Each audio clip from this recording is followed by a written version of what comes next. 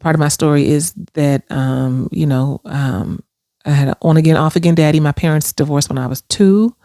And then he would, not show up and come pick me up and not follow through on the things he was supposed to follow through on and all the things, and really kind of set the blueprint for me in my relationship with men, but then also just in terms of how I am in relationship, period, up in a way that was jacked up. You know what I mean?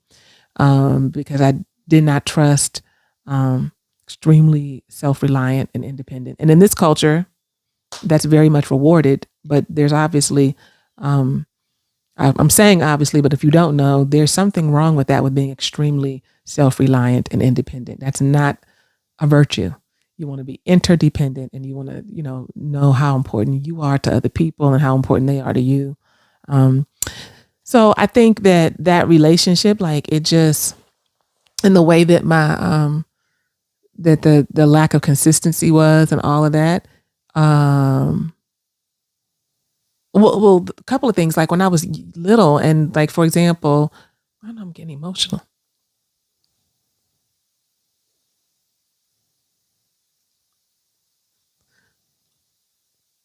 But I wasn't expecting that. I done told this story 25 million different ways. Mm-hmm.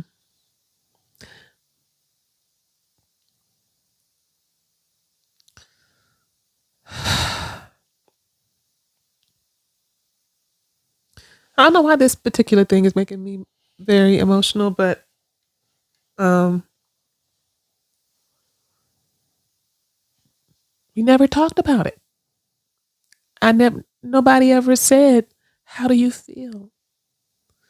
Your dad didn't come to pick you up. How do you feel? Wow, this is kind of almost a little bit of an aha moment for me. I never talked about my feelings. I didn't talk about it with my father. If I would see him and he would come, start showing up again a couple months later or whatever, he'd be like, hey, knucklehead. That's what he called me. And he'd pick me up. I'd go over there, and it was like nothing ever changed. Like, it was like everything was just the same.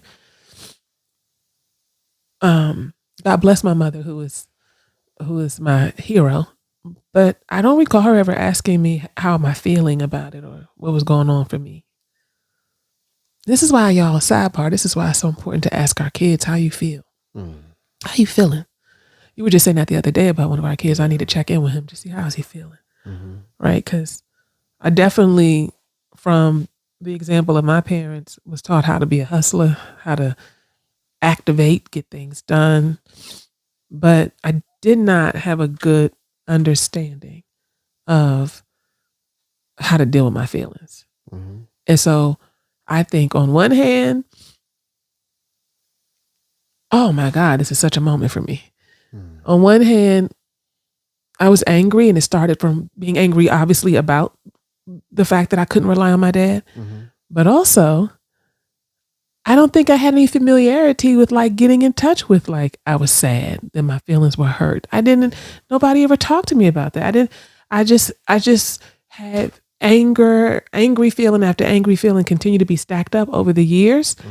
But we all know, and I know now as a therapist and a coach, that behind anger is hurt, disappointment, feelings of rejection, all that kind of stuff. And I just never was able, this thing, it may not be hitting for y'all, but the reason it's hitting for me so profoundly is because now, thinking about myself as a little girl, I was just swimming in all of these feelings,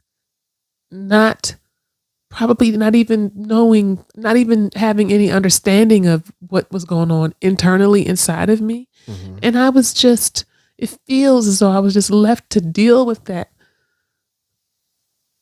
And I just did the best that I could, which was to attach on to the one that would give me the most, maybe, safety, or make me feel like I could defend against feeling so rejected or hurt or abandoned. So I just became a very independent, go-getter, angry woman. angry kid, young adult, right? Like, but that's just it just happened that way. And I just now like thinking about how I am with our children, how you are, thinking about the things we talk about with people, that it doesn't have to be that way, but you don't know what you don't know. Yeah. And I don't think I ever really thought about the fact that I never talked about my feelings. And so if I never talked about them, the one that came forward and just said, I'll stand in the gap for all of these bitch ass feelings is anger. You don't have to worry, Aiyana. We got this. You don't have to worry. Anger's going to take over and make sure that you're straight and hold you down. Because anger also gave me drive. Anger gave me a will. Anger gave me courage. Anger allowed me to do some things and show up in ways that if I would identify what the other feelings were, those might not have given me in some way. So yeah, I just hadn't really realized that until you asked the question. So thank you for asking that. I just didn't know. You're welcome, baby. Lord, I didn't know you was going to do all that. I didn't know I was going to do all that. So what's interesting is that when we first met,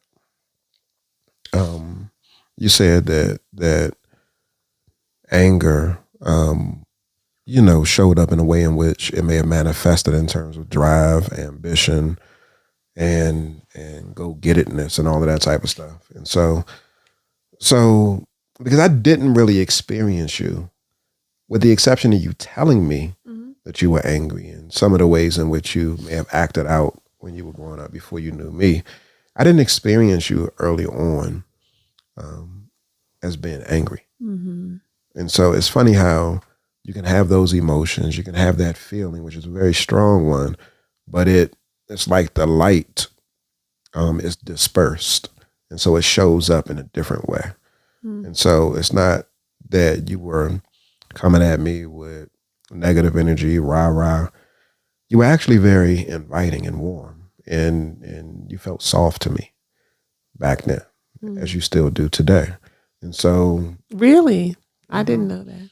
You did. Yeah, you did. And so who would want to be at least I didn't want to be in a relationship with an angry woman. And so, but I definitely had my pop off moments, and that I recall you saying, or like, whoa, like you just extra, Yeah, but that was like, as we started to get more. Well, that's when we were married. Nestled in the relationship and yeah, even into our marriage is when I saw that more, but it was pertaining to conflict or communication dynamics with us. Mm-hmm. And so I would see it emerge at different places. And I felt like your demonstration was like at a 10 or a 12, but it didn't seem like the issue at hand was on that level. So I would even ask myself, like, why are you going to this place? Mm-hmm. But I'm talking about even prior to that point. Yeah. I think that what I saw, I heard you talk about the anger. I heard you talk about the aggressiveness, the aggression, but I didn't really see anger. I just saw drive. And I was impressed and fascinated with your hustle and your commitment to just getting shit done. And so that was attractive and that turned me on. And that actually drew me even closer to you because of the way in which you moved with such certainty. That was sexy to me. It was sexy. Yeah, it was sexy. and it was inspiring too, the way you move with such certainty. And so you had a certain level of confidence that you exuded that was very attractive. And as we started to get more entrenched in our relationship and dating during those time periods, like I mentioned a moment ago, I would see Kiki come out and just that energy. and yeah, Key is my middle name. So when I talk about being going back to the old days, we say Kiki.